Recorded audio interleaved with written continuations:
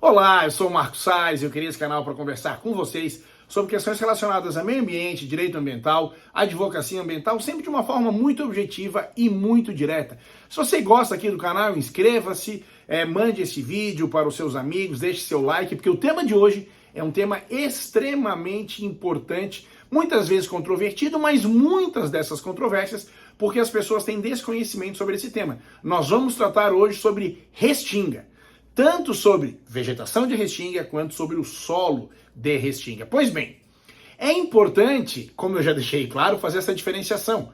Muitas vezes se confunde porque a geologia e a biologia utilizaram a mesma terminologia para tratar de duas coisas absolutamente diferentes. Comecemos, pois, pela vegetação de restinga.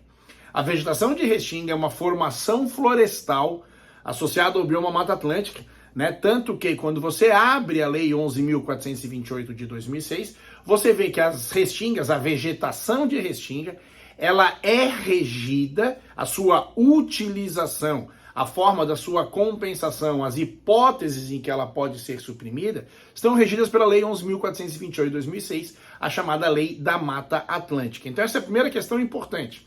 Restinga é uma formação florestal que faz parte do bioma Mata Atlântica. E como tal, então, se aplica aos três regimes jurídicos que existem na Lei da Mata Atlântica e que são objeto de alguns vídeos aqui no nosso canal.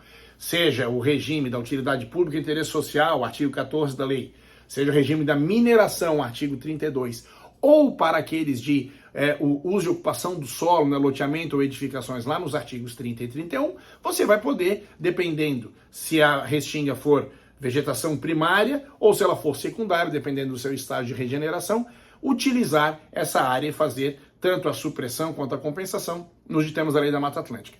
Pois bem, quando esta vegetação de restinga, e somente quando esta vegetação de restinga fixar dunas ou estabilizar mangues, ela deixa de ter apenas o regime jurídico da Lei 11.428 de 2006 e passa a ter o regime do Código Florestal, porque daí ela se enquadra naquele artigo que trata das áreas de preservação permanente, que, em regra, tem uma proteção maior do que a da Lei da Mata Atlântica e só podem ser suprimidas em caso de utilidade pública, interesse social ou baixo impacto.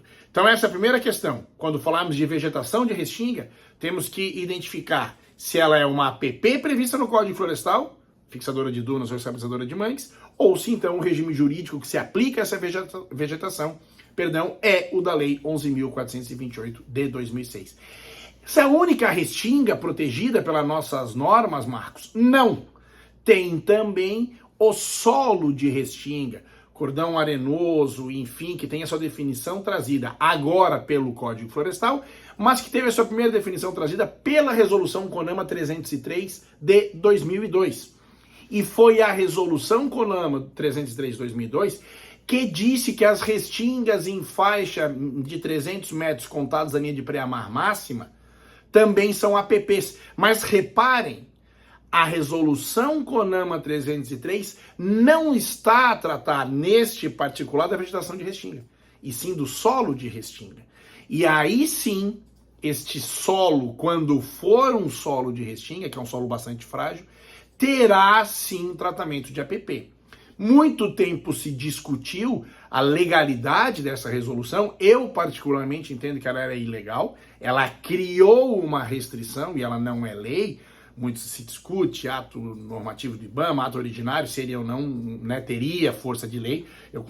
Só consigo entender que força de lei tem lei. Resolução CONAMA tem força de resolução CONAMA e não poderia criar essa restrição. Enfim, criou-se. Posteriormente, ela foi revogada pela Resolução CONAMA número 500, mas houve 3 ADPFs que foram propostas no Supremo Tribunal Federal, aonde foi decidido que sim, ela deveria continuar a vigorar. Então, hoje, quando você está diante do solo de restinga, numa faixa de 300 metros a partir da linha de pré-amar máxima, este solo também é considerado uma APP.